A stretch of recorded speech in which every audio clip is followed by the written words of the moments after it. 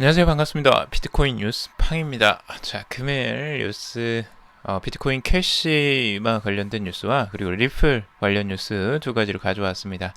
총 뉴스 기사는 네 가지고요. 관련된 호재 뉴스도 있고 관련된 조금 중요한 뉴스들 간추려 봤습니다. 만약 도움이 되신다면 좋아요, 구독, 그리고 알림, 댓글 설정, 댓글 달아주시면 정말 감사하겠습니다. 자, 뉴스 브리핑부터 먼저 해드릴게요. 첫 번째는 비트코인 캐시가 하드포크를 하는데 그걸 지원하는 거래소들이 지금 이제 나오고 있는데요. 거래소를 한번 정리해 보도록 하겠습니다. 그리고 두 번째 비트코인 캐시 15일 하드포크를 앞두고 내부 갈등이 지속되고 있다고 하는데 그 내부 갈등이 어떻게 진행되고 있는지 보도록 하고요. 세 번째는 리플 소식인데 암호화폐 신용대출 업체 크레드에서 담보대출이 가능해진다고 합니다. 이 부분에 대해서도 한번 살펴보도록 할게요. 그리고 네 번째는 리플 호재 뉴스가 또 있는데 이 호재 뉴스가 무엇인지 구체적으로 또 살펴보도록 할게요. 리플과 관련된 소식, 이제 담보대출이 가능해진다는 건 굉장히 또 긍정적인 뉴스니까 한번 기대해 주셔도 좋을 것 같습니다. 자, 첫 번째 비트코인 캐시 관련 소식 먼저 알려드리도록 할게요. 암호화폐 이제 거래소들이 비트코인 캐시 하드포크를 지원하는지 이 여부에 대해서 잇따라 지금 공식적인 발표들을 하고 있다라고 합니다. 지원하는 거래소가 있고 지원하지 않는 거래소들이 있어요. 그래서 만약 비트코인 캐시의 하드포크를 기대하고 있으신 분들은 거래소에서 지금 이제 보관하시는 분들이 있잖아요. 그분들은 이 지원 여부를 잘 파악을 하셔야 될 것 같아요.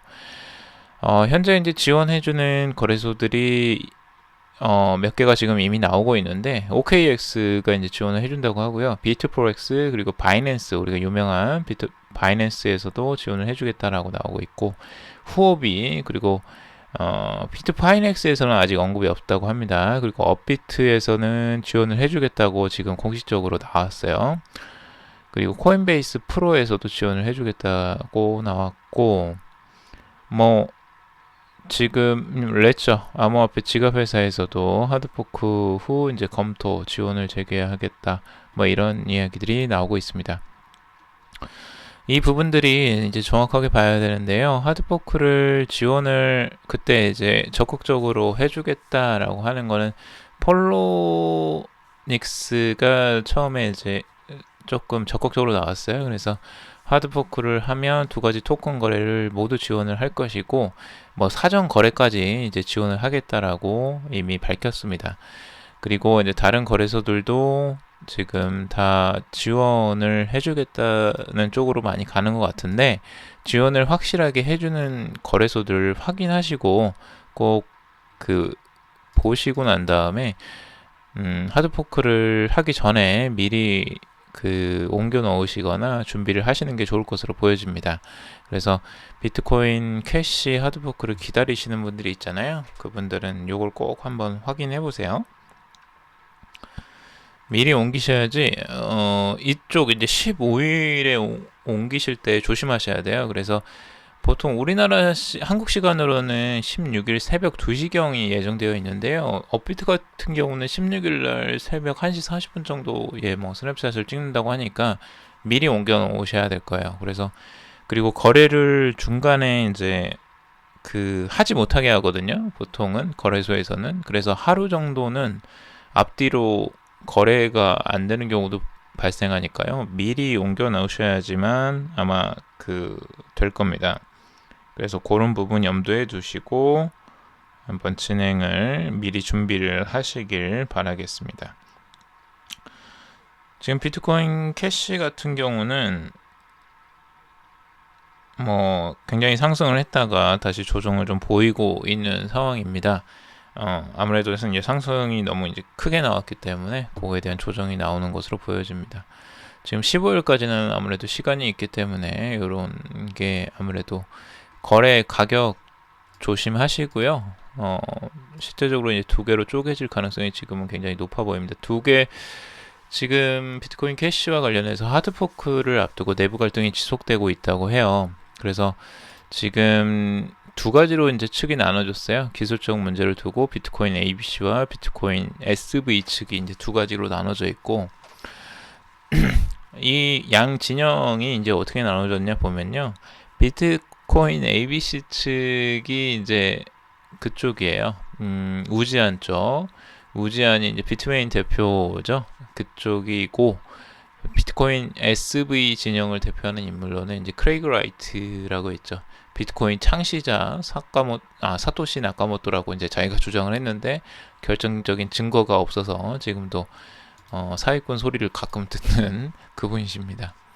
자, 근데 이 두 진영은 이제 스마트 계약 솔루션 포함 여부와 그리고 블록 크기 확대 여부 등에 이제 서로 의견이 일치하지 않는다고 해요. 그래서 ABC 측에서는 하드포크에 이제 스마트 계약 솔루션을 포함하자고 지금 했는데, SV 측은 이에 이제 반대를 하고 있고요. 동시에 이제 그 비트코인 캐시의 블록 크기를 현재 32MB에서 128MB로 이제 늘리자고 SV 쪽에서는 이렇게 주장을 하고 있어요. 그래서 서로 의견이 안 맞기 때문에 그러면은 갈라서자 이렇게 이제 되는 것 같습니다. 근데 이제 과관인 게 ABC 측에서 이제 실제적으로 타협할 뜻이 없다고 입장을 계속 밝히고 있어요. 그래서 ABC와 타협할 그 의사가 없다고 SV 측에서 이제 이야기를 나오는데, SV 측에서 이런 이야기를 하는 거예요. ABC를 쓸 거면 나중에 파산한 뒤 울면서 오지 마라. 이렇게 이제 트윗에 올렸다고 해요. 그래서 이제 ABC 측의 이제 블록체인을 파괴할 목적으로 해시 파워를 이용할 가능성까지 내비치고 있다고 이제 공격하겠다 이런 거죠. 이제 대놓고. 그래서 참 이게 싸움이 참 진흙탕 싸움이 되는 것 같아서 뭐 지켜보시는 분들은 요거는 이제 좀 흥미진진할 수는 있지만 참 이렇게 참 갈라서게 되나라는 좀 생각이 좀 들어요. 그래서 이 비트코인 캐시도 참 그 여러 가지 이해 당사자들, 그러니까 그 사람들이 모여있기 때문에 이렇게 또 쪼개지는 것 같아요. 각자가 지금 원하는 이득을 취하기 위해서 서로 모인 집단이고, 이 집단들이 또 자기의 이득을 위해서 또 나눠지는 것으로 보여집니다. 그래서 아무래도 이제 그 해시파워나 이런 것들 이제 아무래도 채굴 쪽이 좀 둘 다 강하잖아요. 그래서 채굴에서 아무래도 서로 이득이 이제 더 많이 되는 쪽으로 가져가려고 하는 것 같습니다. 아무래도. 그래서 비트코인 캐시와 관련돼서 아무래도 이제 쪼개지기 때문에 그 부분을 뭐 잘 이용하실 분들은 이런 전략을 좀 잘 세우고 가셨으면 좋겠습니다.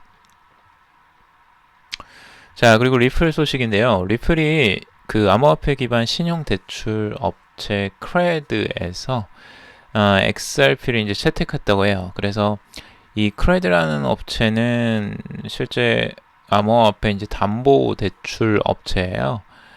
여기는 원래 이제 페이팔의 그 금융기술 전문가들에 의해서 이제 설립이 됐고, 뭐 샌프란시스코, 상하이, 싱가포르, 시드니, 뮌헨 등의 사무실을 가지고 있어요. 그러니까 생각보다 꽤 큰 규모를 가지고 있고, 이미 담보 대출이 가능한 총 신용 금액으로 이제 3억 달러 이상을 확보했다고 전하고 있어요.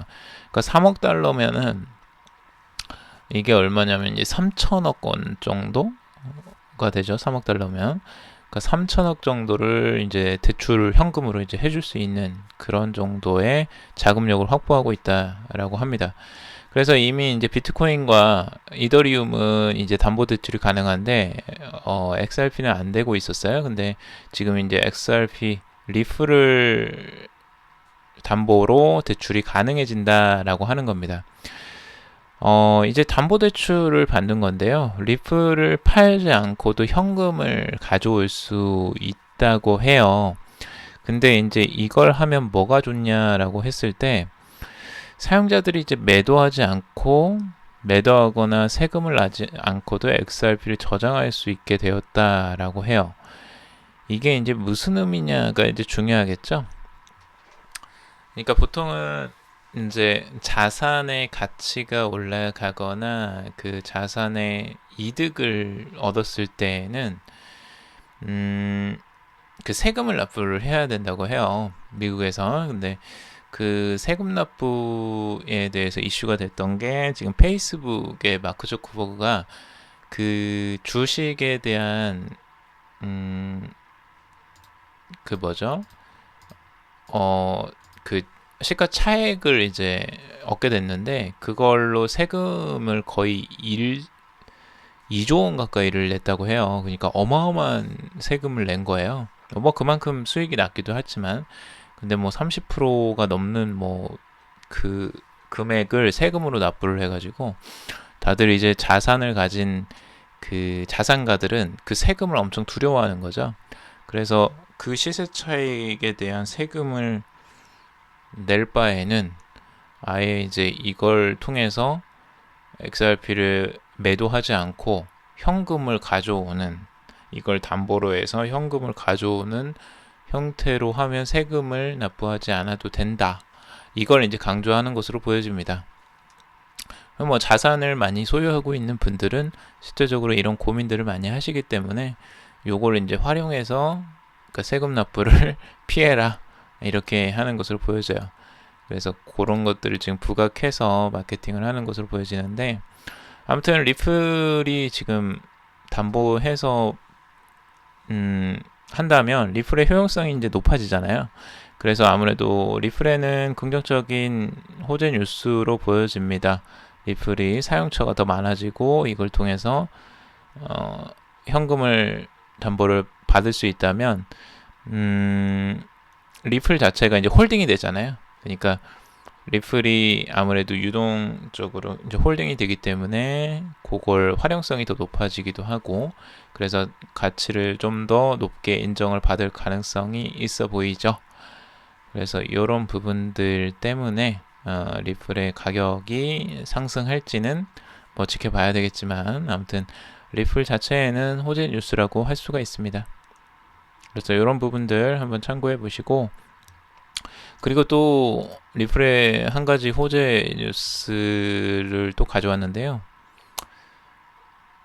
지금 이제 스티브 무너신이라고 미국 재무부 장관이 글로벌 금융 메시징 서비스인 이제 스위프트에 대해서 미국의 제재 조치를 따르지 않고 이런 거 사업을 하는 개인 및 단체를 중단시키지 않으면 처벌을 가야겠다고 한 거예요. 지금 최근에 이제 미국과 이러한 사이가 굉장히 안 좋아졌죠. 이란에 대한 경제 제재 같은 것들을 지금 미국에서 적극적으로 지금 시행하고 있는데, 근데 이제 자금이 이쪽으로 해외에서 들어가잖아요. 그러니까 은행과 은행 간의 외환 거래가 일어날 때 보통 이제 스위프트를 사용하는데, 이게 이제 거의 독점적인 거라. 근데 이게 재미나더라고요. 벨기에에 지금 이제 스위프트라는 이제 기관이 있어요. Society for Worldwide Interbank Financial Telecommunication. 아이고, 이름도 길어요. 근데 이 기관이 200개 이상의 국가 내 10,000개 이상의 금융기관을 지원하고 은행 간 송금을 가능하게 하는 메시징 서비스를 제공하고 있어요. 이 서비스를 제공하는 기관이에요, 기관. 근데 이 기관에서 이제 이걸 독점적으로 지원을 하고 있기 때문에 보통은 송금이 이쪽으로 해서 해외 송금, 은행 간 송금은 이 스위프트를 보통 이용하죠. 근데 미국에서 이거를 이제 막는 거예요. 야, 그거 이용하지 마. 스위프트 너네 그거 하지 마. 이란에 돈 보내는 거 막아. 라고 이제 제재 조치를 이제 가하는 거죠. 미국에 이제 워낙 힘이 좋기 때문에 이런 부분도 이제 제재가 가능한가 봐요. 그래서 스위프트에 이제 이런 금융거래 자체를 봉쇄를 하면 그러면 어떻게 될까요? 스위프트가 아닌 다른 방법을 찾겠죠. 그래서 대안을 이제 창출하는 수요가 창출되게 되었다라는 거예요. 그럼 그 대안이 뭐겠습니까? 결국에는 그 대안적인 방법들은 암호화폐를 사용하는 방법들이고, 그 중에 대표적으로 해외 송금, 은행 간 송금을 지원하는 게 뭐냐면 리플, 그쵸? 그래서 리플이 여기에 대한 호재 뉴스가 될 수 있다라고 이제 생각이 된 거죠. 그래서 지금 스위프트를 막게 되면 결국에는 그 대체제인 암호화폐나 그리고 리플이 호재적인 뉴스 그리고 그걸 사용할 가능성이 더 높아지게 만들었습니다.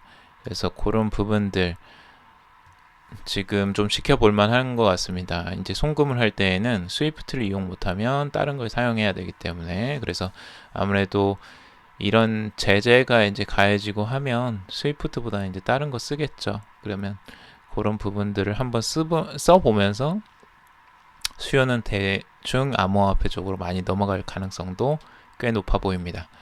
큰 흐름에서는요. 그래서 이런 부분도 한번 참고해 보시면 도움이 되실 것 같아요.